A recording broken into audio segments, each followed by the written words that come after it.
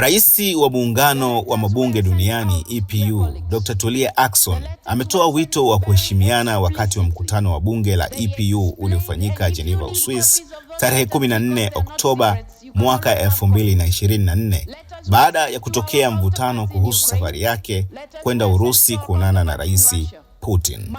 Mvutano huo ulianza baada ya mwakilishi wa Ukraine kudai ripoti kamili ya mchakato wa mkutano huo, ambapo alimkatisha mara kadhaa Dr. Tulia wakati akihutubia. Dr. Tulia alimjibu kwa kusema, "Umeshazungumza, ulipata nafasi ya kuzungumza. Niache muda wangu kwanza kulihutubia baraza kuu, kisha turudi kwenye ajenda." Aidha, Dr. Tulia alieleza kuwa alitarajia kuanza ziara yake kutembelea Ukraine, lakini hakufanikiwa kutokana na ratiba ya rais wa Ukraine Zelensky na spika wa taifa hilo kuwa ya kwenda New York. Yes, Lithuania, member of delegation Semeshka. Madam President, I would like to ask you about your last trip to Russia. What did you feel when shaking hands with the war criminal Putin from the terrorist regime in Russia? What especially mandated you, who especially mandated you to represent the IPU, and what benefit did this visit bring to democracy and not to Russian propaganda? Do you agree that your visit to Russia before visiting victim country Ukraine was a mistake, and do you regret it? Thank you.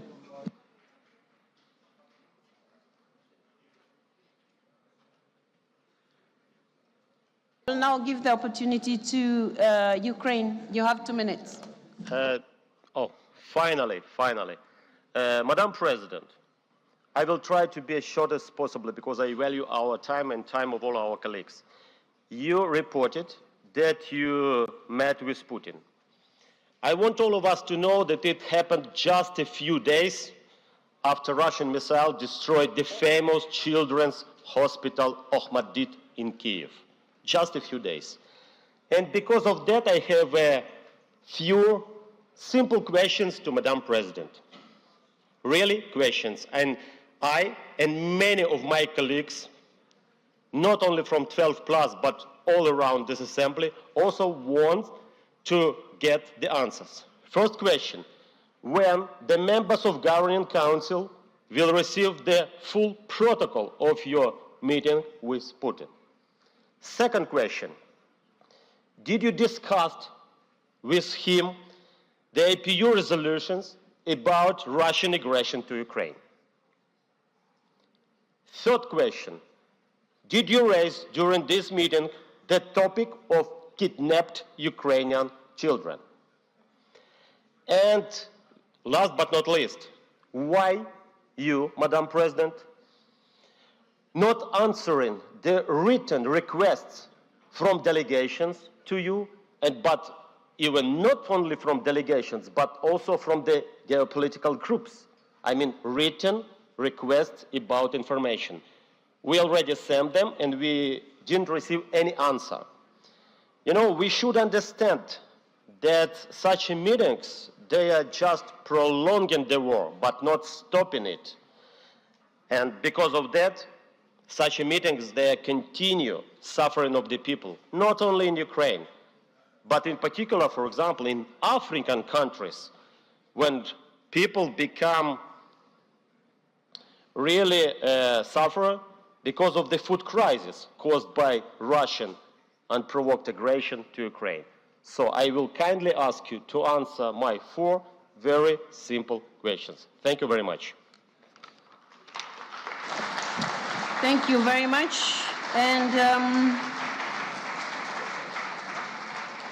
now I'm going to request the members who have asked for the floor to keep pressing the.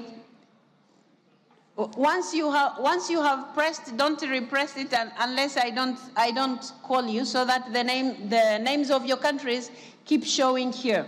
So I will call the ones that I can see here, but I have all the names, so don't worry. Now I was seeing the United Kingdom, but now it has disappeared. Okay, the Gambia. Sorry? Go ahead, please. Iraq, go ahead. Shukran jazilan. Thank you, Madam President.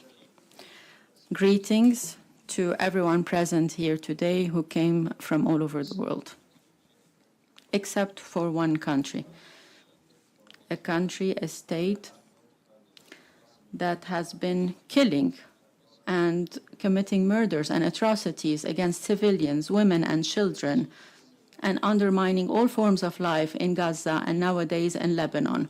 This extremist government will extend its atrocities all over the Middle East. Madam President, in your report you mentioned that you have visited some of the hotspots of the world, and this is one of the priorities of the IPU. You mentioned that you visited Russia. But in reality, I think that it would have been better to visit Gaza out of all places in the world. The Zionist state has prevented the UN Secretary General a year ago to go to Gaza and to see the atrocities and the destruction and the genocide that took place there and the displacement. So I call upon all delegations present here today to pay attention to what's happening in the north of Gaza and in Jabalia. People are being starved to death. For more than 2 weeks now, medication, food, water, electricity are being prevented from entering in order to displace the people living there who have been surviving for more than 1 year in the face of the killing and the mass murders and displacement. Until when will the world remain silent and blind? Until when will we remain silent in the face of the calls for help of the women and children of Gaza while they are being bombed with the most horrendous weapons? Until when will the Western countries and the United States in particular continue to support these atrocities and horrendous crimes? Until when will we remain silent in the face of the blatant violations of international laws and the rulings of the ICJ and the ICC? Until when will this rogue state will remain above the law, above international law and above humanity? They are spreading publications here about a number of hostages or people that are being detained by the resistance, and they completely forget the remains of children and women that remain under the rubble. Madam President, I call upon you as representative of the parliaments of the world to visit Gaza and the south of Lebanon, and I hope that we will stand in the face of this international terrorism. Thank you.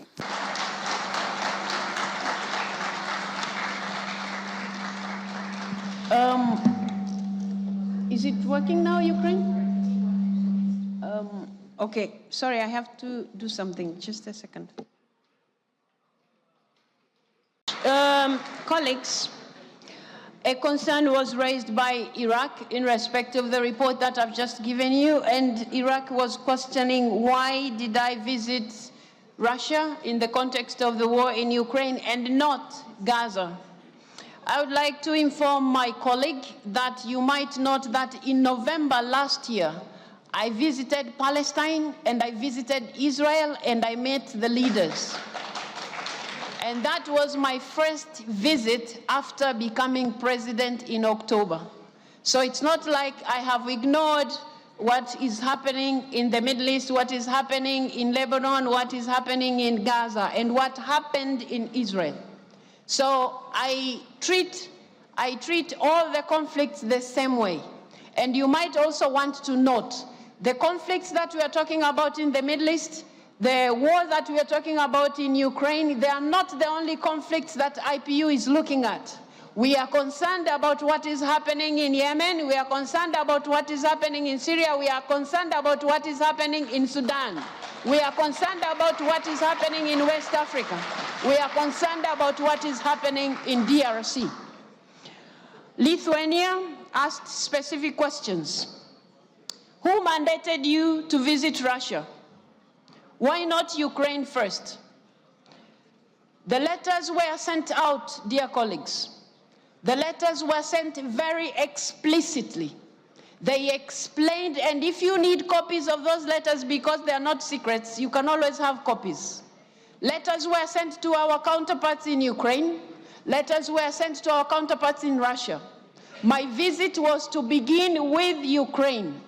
Ukraine responded the dates that we were ready to visit them. Mr. Zelensky and Mr. Speaker would be in New York for the NATO meeting. Would I have stopped them? No. It would be wise. In any case, I don't have such powers. Now, because the meeting of BRICS was taking place, would I stop going to Russia because Ukraine is not ready to receive me because of time? No. Why? Because IPU stands for dialogue. IPU is talking about parliamentary diplomacy. And it is in that context that I did all that I did. And I thought I would be given a little credit for all the efforts that I've done, not to be crucified for things that I have not. You're asking here who mandated me. Who mandated the former president who came from the 12+ to visit Kiev? Who mandated him? Please, I think we have to reach a point where I have explained myself several times to you 12+, to everybody else who cared to understand. If you have a feeling like I went to Russia without going to Ukraine first, I have told you several times, letters were sent out. I wouldn't turn out my visit to Russia because I'm unable to reach Ukraine. You didn't ask me similar questions when I visited Israel, did you? You didn't ask me similar questions when I visited Palestine, did you? You're not going to ask me similar questions when I visit Sudan. You're not going to ask me similar questions when I visit other places. I think, colleagues, let's have trust. You have elected a president who is supposed to deliver to her mandate. You have elected a president who is supposed to deliver to her mandate, and I think you are dealing with me unjustifiably, which is not fair to anybody. The questions that you have been raising, I have responded them to the best of my knowledge and to the best of my objectivity in all this matter. And you must know, I would not have asked to meet Mr. Putin if it wasn't for Ukraine. My commitment to doing that, and this is not the first place I'm visiting. Why is it that it's looking like I have met this person and therefore the president of IPU has all of a sudden become a monster? Please treat me with dignity the same way I am treating you with dignity.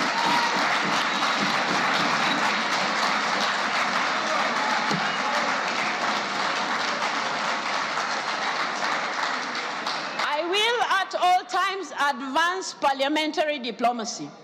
I will at all times give respect to the ideals of IPU, but I request you members to also accept I'm not God, I'm not an angel, I'm only human, I'm doing what is possible within my powers. The president of the task force has just informed you, and I have been repeating myself in this respect. I was requested by the task force to do what I did. What did I do wrong? I was supposed to sit back and tie my hands and say there's nothing we can do as IPU. That will not be doing justice to the women and children of Ukraine who are suffering. That wouldn't be fair to the mandate that you have given me. Give me a chance to lead this institution according to the ideals that we stand for. Not to crucify me just because I come from some country. Some of you maybe feel like we are still colonized in the mind. No. No, we are not. No, we are not. So please, let's respect each other.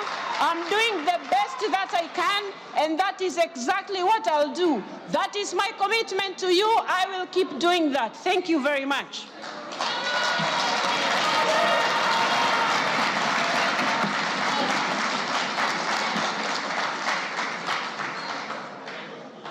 Some issues have been raised here, very specifically wanting me to say, somebody said they want the full record. I did not record the meeting, so I don't have that record. Secondly, the resolutions were they have been shared several times, and I also mentioned them.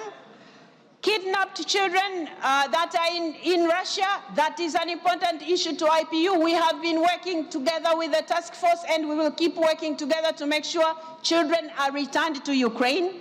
You have talked about written requests. I have responded to every request that comes to me. The good thing is when they come to me, they go to the Secretary General as well. There is no secret about this thing. If anybody wants more information, we have a whole file of all the communications. On the other hand, I have been asked here, Denmark asked me why I visited Russia while I haven't visited Ukraine. I have already expressed what actually happened.